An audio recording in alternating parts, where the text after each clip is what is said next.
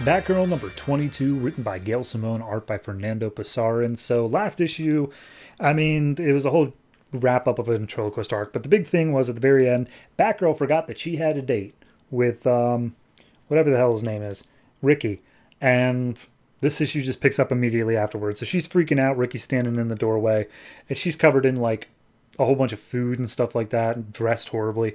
And she just pushes Ricky outside and says, "You didn't see me like this. Got it?" And he's like, "Okay." And she slams the door, opens it back up, grabs some flowers, and says, "Wait here."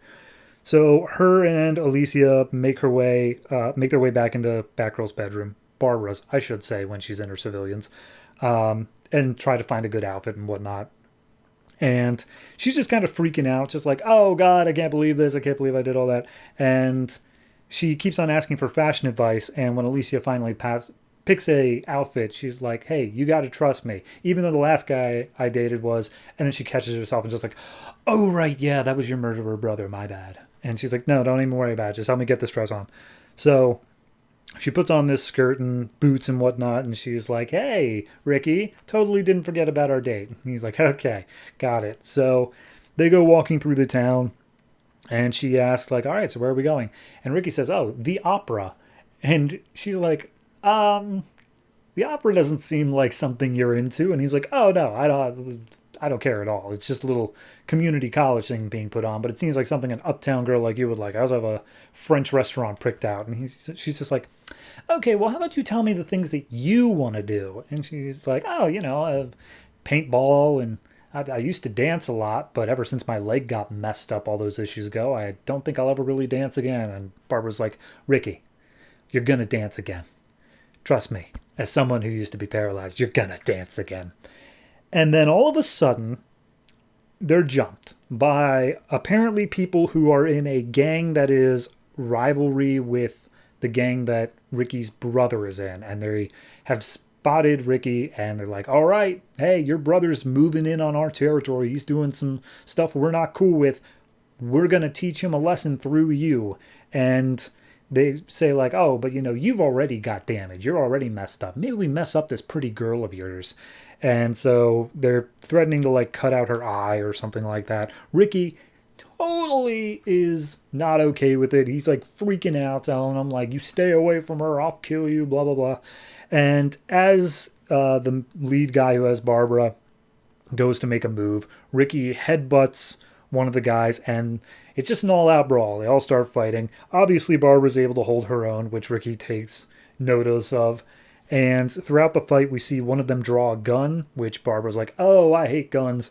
And so she disables that guy and then proceeds to kick everyone else's asses, only leaving one of them standing so that he can drag the other people away in the bloody pulp. And he's like, "Oh, you're gonna regret doing that. We're gonna come after you just as much as Ricky now." And she's like, "Yeah, okay, whatever, bye." So Barbara makes the excuse that she is a cop's daughter, and so she knows how to handle herself. And Ricky's like, it kind of turned me on. I'm not gonna say it didn't. That's pretty damn awesome. So at that point, they reschedule their plans and decide not to go to the opera.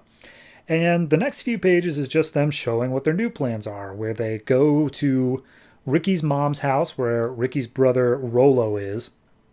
And they all are super eager to meet Barbara. They're all welcoming her in. They make her a home cooked meal, and she's happy to be a part of like a normal family, one without a murderous brother and whatnot. And then Ricky takes her down to a club where they just start dancing. And Barbara's afraid to dance because all she ever had in her whole life was ballerina training, like ballet. She doesn't know how to do like a club dance, but within a few hours, she's just having fun, and she genuinely has forgotten about all the problems in her life. So after that, Ricky takes her home, doesn't even try to kiss her, just like gives her a hug. And she basically lays out like, "Hey, look, if you're involved in any of that gang stuff, my dad is like the cop, and that's going to make this complicated." And Ricky's like, "I'm not. I was that one night, but it ruined my life. I am so far removed from all of that now." And Barbara, excited to hear that, gives him a kiss, says, "All right, well, we'll make this work." So she goes inside, tells Alicia all the details, and just has a great night. But then next morning, she wakes up to a call from her father saying that he wants to see her and that they need to have a little talk. They meet up at the police department. The father is, Jim is just not okay. He's putting on a safe or a brave face for his daughter, but he's got some stubble on him and like a couple day old clothes. And they make their way down to the pistol range downstairs, and Jim has everyone else leave. He wants some privacy with his daughter, and Barbara's like, "Oh, hey, Dad, I'm not really comfortable with guns. How about we do something else?" And he's just like, "Oh, that's okay, honey. I just wanna, let's see how you're doing. Let's see how your aim is and all that." And so he gives her the gun, trains it at her, and says like, "Look, here's all the safety things. Don't aim it at anybody, but like when you shoot, picture somebody that like really." Really hurts you, like someone that you need to take this shot at." And she pictures both her brother and the Joker and unloads the clip. All the shots dead in the target's like head area. And Jim's like, "All right, yeah, nothing's wrong with your aim. Sounds good." And Barbara's like, "Dad, I really don't want to do this. Can we go?" And he just kind of breaks down a little bit, and he's like, "Look," and by the way, Barbara thinks that this is like an interrogation sort of thing where he is thinking that she's Batgirl, who obviously he's hunting at this moment. But turns out he just breaks down, just like, "Look, I spent the day planning funeral services for your brother. Like, I need to make sure you can handle yourself in a city like this."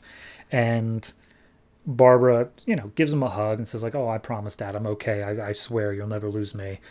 So at that point, she comes up with it being like, "Look, he hates Batgirl, and like I can't mess with him anymore. So from this point on, Batgirl is dead. I'm not doing that anymore." So that night, Jim goes up to the roof, lights up the bat signal. Batman shows up, and Jim's just like, "Look, I've had a rough day. Can you just not do the theatrics for once?" And he's just like, "Yeah, no, sure. What's up, Jim?" And just like, "All right, here's the thing. I've been through a lot of grief today, and I don't think that you would understand that." And Batman's like, "Oh, more than you know. I get it. But, like, it's not, like, you're supposed to outlive your son. Like, that is something that no person should have to go through." And Jim's like, "Yeah, okay, whatever. I need a favor. I know you're going to protect Batgirl, and I would ask you to help me bring her in, but I know you're not going to do that. So here's the favor. Stay out of my way. I am going to arrest her, and I want you to not interfere with that." And Batman's like, "Are you positive you fought this through, man?"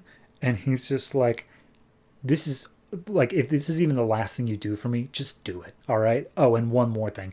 And then he punches Batman in the face, just square in the jaw, and says, "That's for letting a bright young girl, whoever's under the Batgirl mask, join in you. All you had to do was say no. But you couldn't even do that, and now that girl's life is ruined. That's on you." And at that point, Batman's like, "If I could change it, trust me, I would have. It's totally not been worth it. But regardless, make sure that you're looking for justice and not revenge. That's who you are. You're the justice guy. Just keep that in mind." And Batman zip lines out of there, and Gordon turns off the bat signal and just sits in the dark. That's the issue.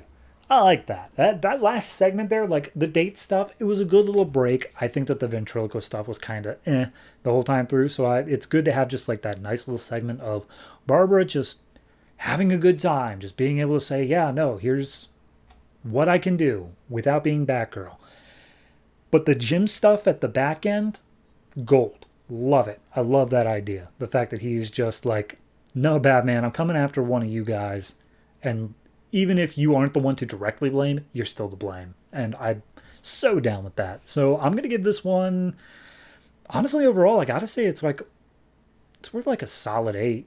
I think this is a fantastic issue of Batgirl. This is probably one of my favorite ones pretty much since the beginning of the book. I can't really think of one that stands out more than this. So yeah, Batgirl's going strong, and I'm looking forward to seeing how we move on from here.